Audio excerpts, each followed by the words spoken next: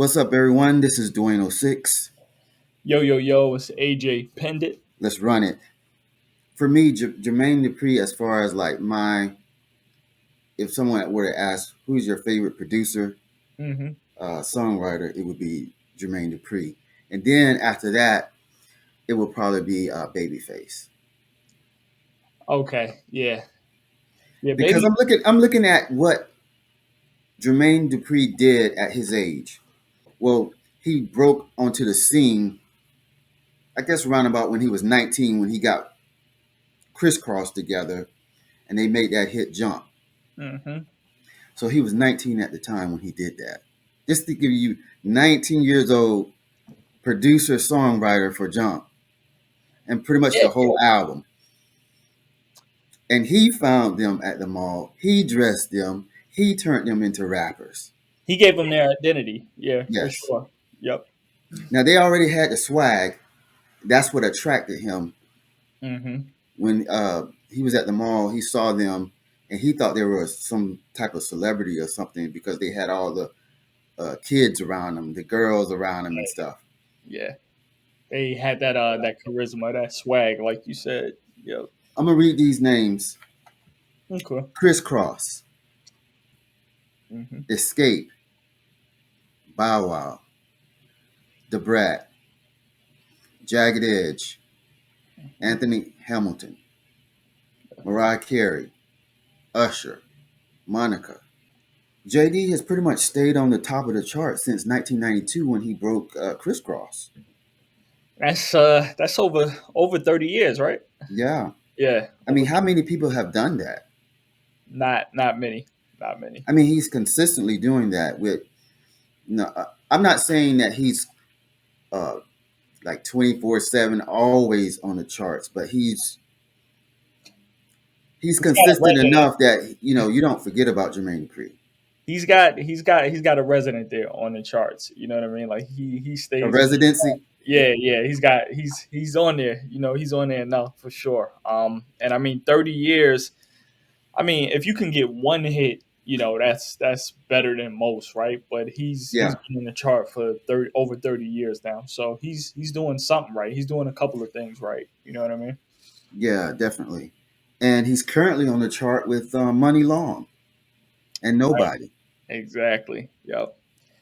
And And I got to give a shout out to Brian Michael Cox, right? oh From yeah, yeah, definitely. he's I think he's a frequent collaborator of JD and a lot of those big records with Mariah and even the one with Right. Money Long now. He's on Yeah, that. so that's what I was saying. JD is not like writing well, I'm sure a number of the songs he wrote most of it, Yeah. but he is collaborating a lot of the time. There are co-writers Yep. with him.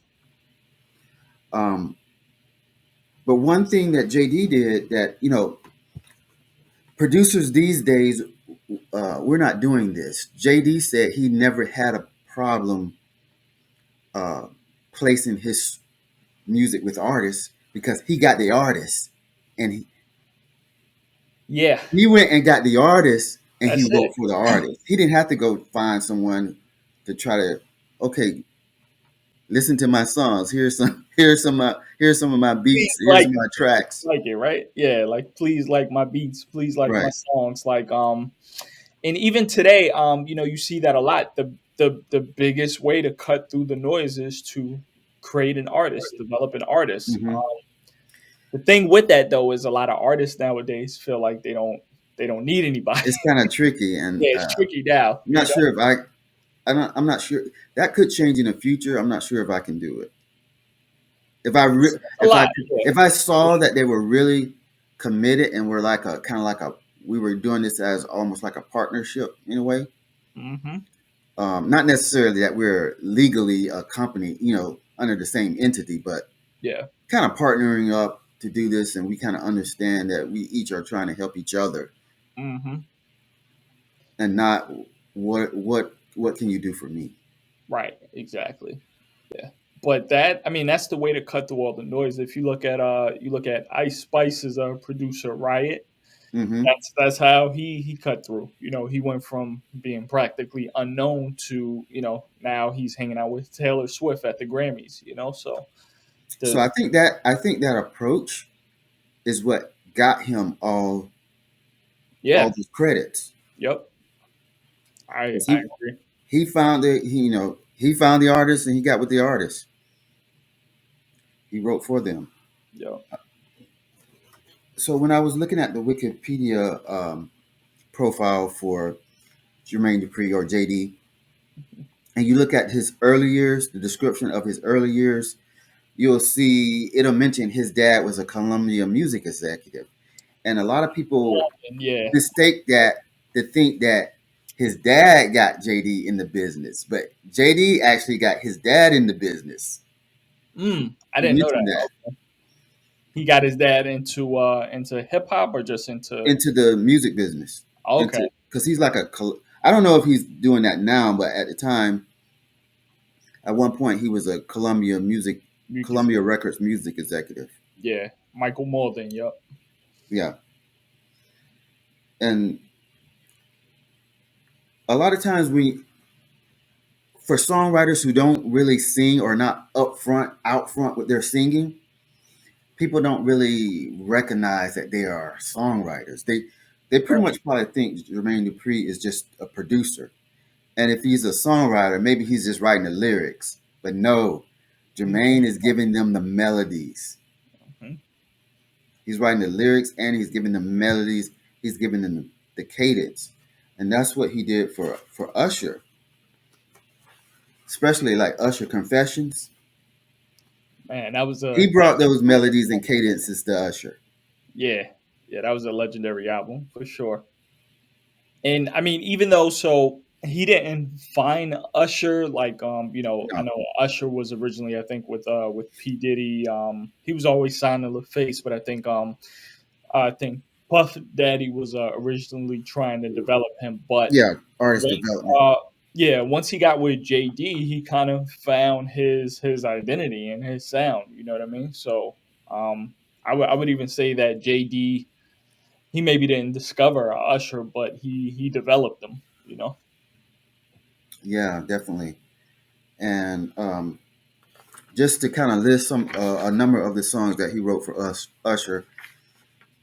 This is not a complete list. This is just some of the big Yeah, hits that he wrote for Usher. yeah. Of course, we just talked about Confessions. Hmm. You Make Me Wanna, My Way, Nice and Slow, You Got It Bad, My Boo. We could keep on going. Go, you keep going, man. We could probably go for out of all the songs that he's written or been.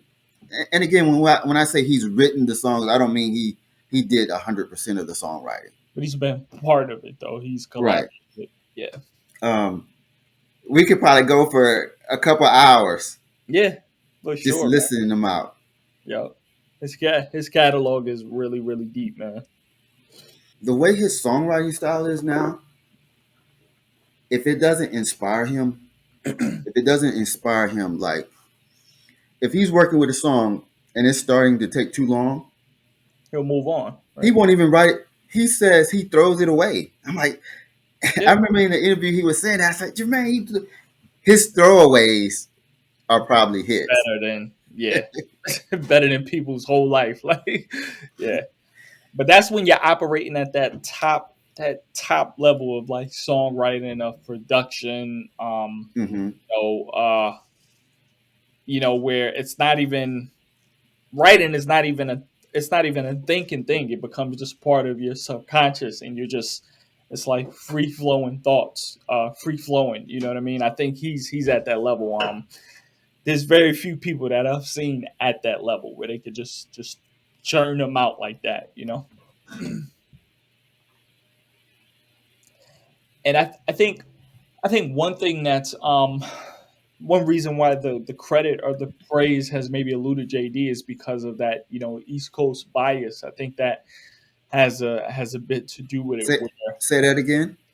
I think one of the reasons why the credit has like eluded JD is because of East Coast bias, where like if you're not from New York or LA even, I mean the South for a long time kind of got underestimated or was made to feel like the stepchild of the music industry. And now, the South has been running it for the last probably 20 years or so. But in the beginning, it wasn't like that. So I think that has a lot to do with the reason why maybe people don't put him higher, even though he's up there with, the Dr. Dre's and the Puff Daddies and Uh-huh. the Pharrells and all these other guys. You know what I mean? He just He's definitely talked about that.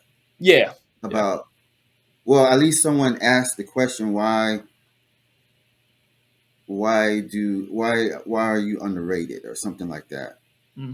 And he's mentioned that, for instance, when he got when he broke Kris Kross and got that number one hit with Jump, Yeah, he was saying on the Breakfast Club that a lot of the people didn't see that as rap, and so they didn't count. It was like, to them it was a gimmick. It was like it was a it joke. didn't really count. Yeah, But he's just consistently putting out hits. I So think there's another something to his process that that works. makes hits. Yeah, that works. I think another thing too, though, is he doesn't have a identifiable sound, and that's not a good or a bad thing, right? But Mm, when you think about a lot of these other guys, they've got identifiable sounds, right? You know a Neptune's beat when you hear it. You know what I mean with the right. the synth chords, and a Timbaland beat when you hear it. With the Arabian flutes and all of this, and a Dr. Dre beat when you hear it Hmm. with the hard drums. But JD has been able to kind of maneuver through all types of style. He's done the West Coast sounding beats with the Brat. The Brat's debut album. It kind of sounds like It, Snoop Dogg's album. Snoop Dogg's yeah, it does. It's kind of interesting, and yeah, maybe he did that because of the criticism, maybe. or it could have just been because the West Coast don't own funk. No, nobody You owns anything. Yeah, exactly. We so don't. maybe he just felt, maybe that was the vibe he was on. Yeah, that was the vibe. Yep.